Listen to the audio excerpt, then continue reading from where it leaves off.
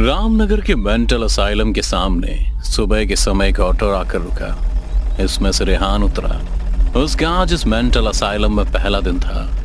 उसने उतरते ही गार्ड को आवाज लगाई, पर दरवाजे पर कोई नहीं था जो उसकी बात सुनता। कुछ देर तक जब कोई जवाब नहीं आया तो रेहान खुद ही गेट खोलकर अंदर जाने लगा। जैसे ही रेहान ने गेट खोला तो एक आदमी ने उससे पूछा, मांस खाएगा? इंसानी मांस बोल, खाएगा?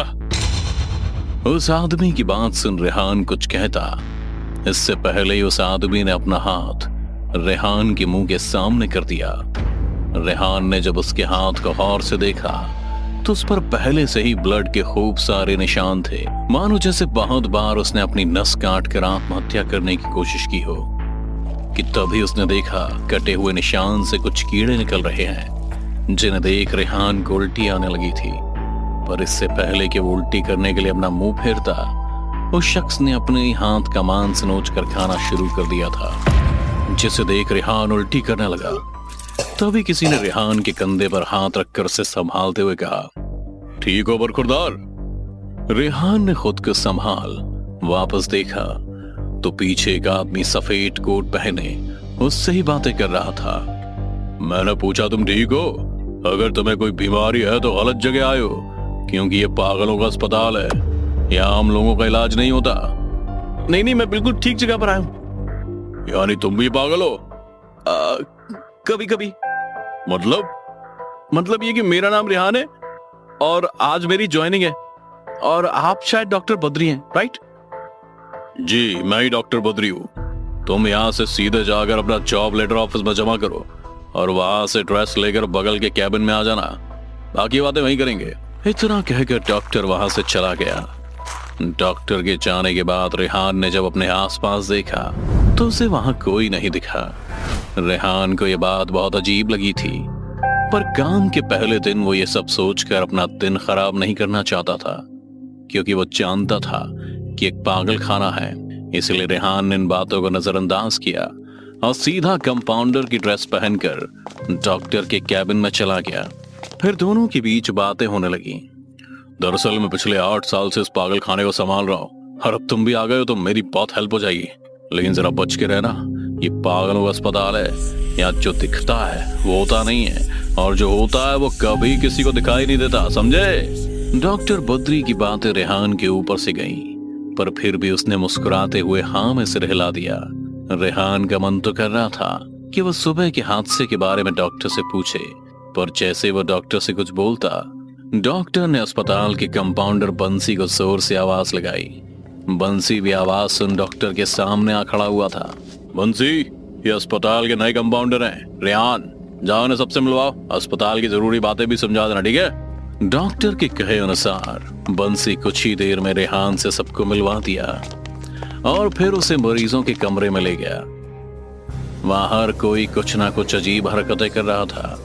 कोई दिल टूटने वाली शायरी सुना रहा था तो कोई फिल्मी संगीत गाते हुए डायलॉग मार रहा था। सभी मरीजों को दिखाते हुए बंसी ने रेहान से कहा, तुम जितनी जल्दी ये सब आदत डाल लोगे उतना ही अच्छा तुम्हारे लिए होगा।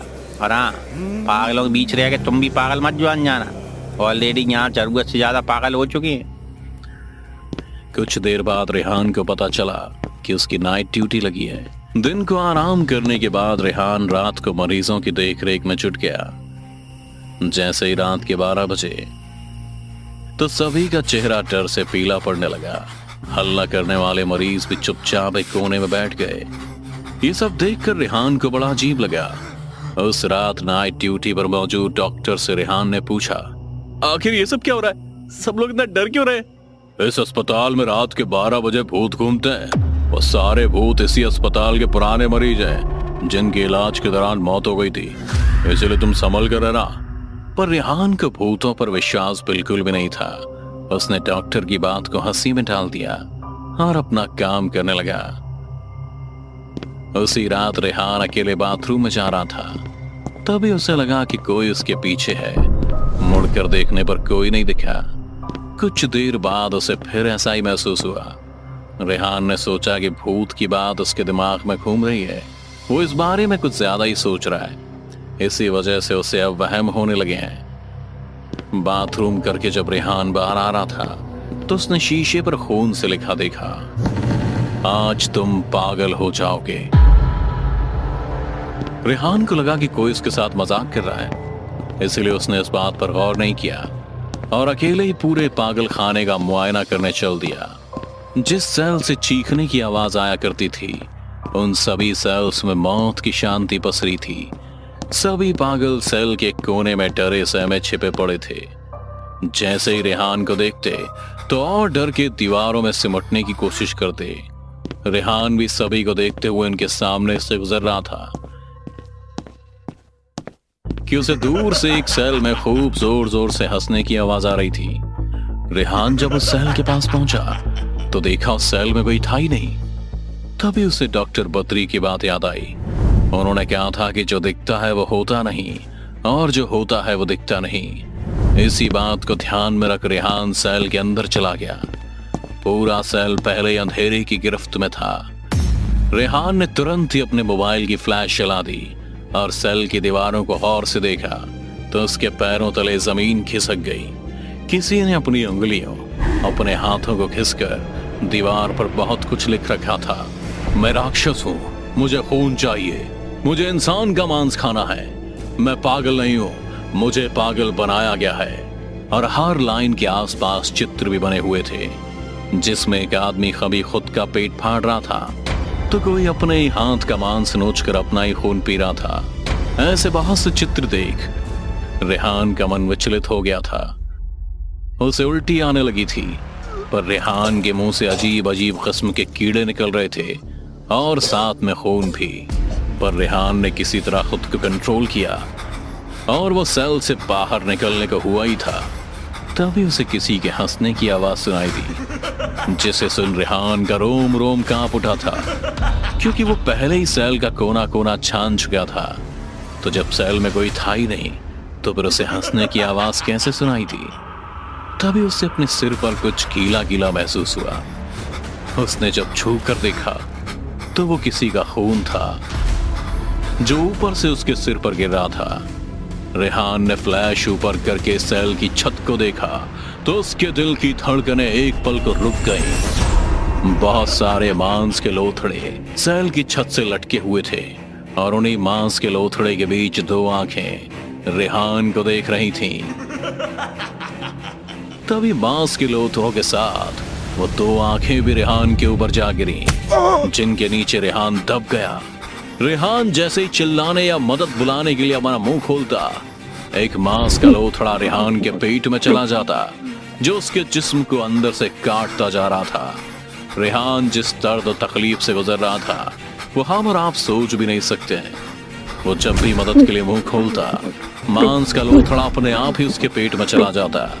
ऐसे करते करते सारे मांस के लोथड़े खत्म हो गए और रेहान वहीं जमीन पर किसी मुर्दे की तरह पड़ा रहा।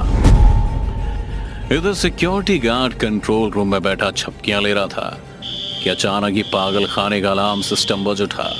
गार्ड ने जब सीसीटीवी में देखा तो सारे पागलों के सेल खुले हुए थे और सब अपनी जान बचाने के लिए इधर उधर कुचलते हुए एक दूसरे को भाग रहे थे। सायरन का शोर सुन पागल खाने के सभी गार्ड्स और डॉक्टर्स हड़बड़ा गए। इत्तेफाक से डॉक्टर बद्री भी किसी इमरजेंसी काम की वजह से अभी अभी पागल खाने आए थे। ये सब क्या हो रहा है अस्पताल में? ये शोर किस बात का है? और सारे के सारे गार्ड्स कहां मर गए? डॉक्टर बद्री गुस्से में सबको सुनाते हुए अस्पताल के अंदर ही आए थे कि उन्होंने जो देखा उसे देखकर डर के मारे उनका भी खून सूखने लगा, क्योंकि उसे हर जगह खून और इंसान के मांस के टुकड़े ही दिखाई दे रहे थे।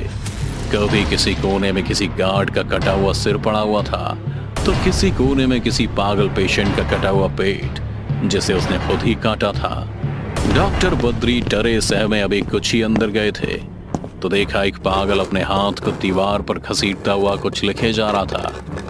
डॉक्टर बद्री ने जब पास जाकर पढ़ा तो लिखा हुआ था, उस रात हादसा नहीं बल्कि साजिश हुई थी। डॉक्टर बद्री ने जैसे ये पढ़ा उन्हें सदमा सा लगा, पर इससे पहले कि वो खुद को संभाल पाते, वो पागल जो अपने को घसीटते हुए दीवार पर लिख रहा था वो कोई और नहीं बल्कि रेहान था, जिसका चेहरा बहुत जगह से कट चुका था और उसके अंदर से कीड़े निकल रहे थे। और तो और रेहान की एक आंख भी फूटकर चेहरे पर लटकी हुई थी, जो उसे और भी खूंखार और भयानक बना रहा था। बोल, उस रात को जो हुआ वो महज एक हादसा नहीं, बल्कि सोची समझी तेरी एक साजिश थी। बोल। रेहान डॉक्टर बद्री से कहता हुआ उसके खून का प्यासा बना उसकी तरफ बढ़े जा रहा था। रेहान, तुम्हें क्या हो गया है? होश में आओ। क्या हो गया तुम्हें? तुम पागल तो नहीं हो गए हो? रेहान। डॉक्टर बद्री रेहान से कहता हुआ पीछे हटता जा रहा था कि तभी रेहान ने चीखते हुए कहा, रेहान नहीं, मैं वेद बोल रहा हूं। वेद का नाम सुनते ही डॉक्टर बद्री धड़ाम से नीचे जा गिरा और अपनी एड़ियां रगड़ते हुए पीछे हटने लगा। पर डॉक्टर बद्री के गिरने पर रेहान ने उसका पैर पकड़ लिया और एक एक कर उसके पैर की उंगलियां खाने लगा था। डॉक्टर बद्री ने अपने दूसरे पैर से रेहान को दूर करने की कोशिश भी की, लेकिन जैसे ही बद्री ने रेहान को मारना चाहा, उसने डॉक्टर बद्री के पैर में ऑपरेशन की कैंची घुसा दी, जिससे डॉक्टर बद्री अब दोनों पैर से चलने में असमर्थ हो गया था। पर रेहान ने बद्री को ना छोड़ने की कसम खा ली थी। वो उसके पैरों से मांस नोचता हुआ अब उसकी जांघों तक आ पहुंचा था। अब डॉक्टर बद्री को अपनी मौत साफ साफ दिखाई दे रही थी और उसे इस बात का भी यकीन हो गया था कि रेहान इस वक्त रेहान नहीं बल्कि वेद है। तो उसने भी गिड़गिड़ाते हुए रेहान के अंदर छिपे वेद से कहा, मुझे माफ कर दे भाई, मैं बदले की आग से जल रहा था, पर तूने भी तो मेरी। मैंने भी तो क्या? बोल। तू भी तो मेरे पीठ पीछे मेरी पत्नी के साथ रंगरेलियां मनाता था। तो फिर तू ही बता, मैं तुझे कैसे छोड़ देता? मैं भी तो इंसान हूँ, मुझे भी तो तकलीफ होती है। और माँ पापा के जाने के बाद मैंने तेरी परवरिश की और तुझे अपने साथ इसी अस्पताल में रखा ताकि तू प्रैक्टिस कर सके और एक काबिल और बड़ा डॉक्टर बने। पर तूने मेरे साथ विश्वासघात किया वेद। मैंने कोई विश्वासघात नहीं किया था भाई। भाभी कभी आपसे प्यार ही नहीं करती थी। उन्होंने तो आपके पैसे और आपके रुतबे को देखकर आपको अपनाया था। बची खुची को चंद खुशियां थी बेचारी की, जो कहीं से भी नहीं मिली। तो वो मेरे पास आई और मैं मना नहीं कर पाया। लेकिन जब आपको मेरे और भाभी के अफेयर के बारे में पता चला तो आपने मौका देखकर मेरे खिलाफ साजिश की। मैं अस्पताल में राउंड पर निकल गया था और आपने सभी सेल के दरवाजे खोल दिए और सभी पागलों ने मुझे घेर लिया, मुझे बिजली के झटके दिए, मेरे हाथों मेरा खुद का ऑपरेशन करवाया। इस दर्द से गुजरने से अच्छा मैंने मौत को अपना लिया और अब बारी आपकी है भैया। रेहान के अंदर वेद की आत्मा की बात सुन डॉक्टर बद्री जोर जोर से हंसने लगा था। अरे तू मरने से पहले भी बोला था और मरने के बाद भी बोला ही है। जिन लोगों ने तुझे बिजली के झटके दिए, तुझे खुद का ऑपरेशन करने पर मजबूर किया, वो कोई पागल नहीं थे बल्कि मेरे आदमी थे, जिन्हें मैंने पागल बनाकर अस्पताल में रखा था ताकि वो मेरा बदला पूरा कर सकें और तुझे भी वही दर्द दे सकें जिस दर्द से मैं गुजरा हूं। मुझे पता है कि आज शायद मैं जिंदा ना बचूं, लेकिन तुझे ठिकाना लगाने के बाद मैंने तेरी भाभी को भी तिल तिल कर मारना शुरू कर दिया था। उसे ऐसी ऐसी दवाइयां दी जिससे उसका मानसिक संतुलन हिल गया और वो पगला गई। उसे शरीर की भूख थी ना, तो उसके पागल होने पर मैंने पहले उससे अपना पेट भरा, अब दिल्ली के एक रेड लाइट एरिया में बेच आया, जहाँ हर दिन उसकी भूख मिटाने हजारों लोग बोली लगाते हैं। और उसे इससे पहले कि डॉक्टर बद्री अपनी बात पूरी कर पाता, रेहान ने डॉक्टर बद्री की गर्दन पकड़ी और उसकी सांस की नली उखाड़ उसे मौत के घाट उतार दिया और फिर पागलों की तरह उसके खून को अपने चेहरे पर लगाकर जोर जोर से रोने लगा। उसके रोने की आवाज से ही पूरा पागल खाना दहल उठा था। इस हादसे के बाद रेहान कभी उबर नहीं पाया। वो आज भी उसी पागल खाने में कैद एक पागल की जिंदगी जी रहा है। हालांकि उसे डॉक्टर बद्री और वेद की कहानी पता है, लेकिन उस पर अब एक खूनी पागल होने का ठप्पा लग चुका है, जिससे उसकी बात पर कोई यकीन नहीं करता।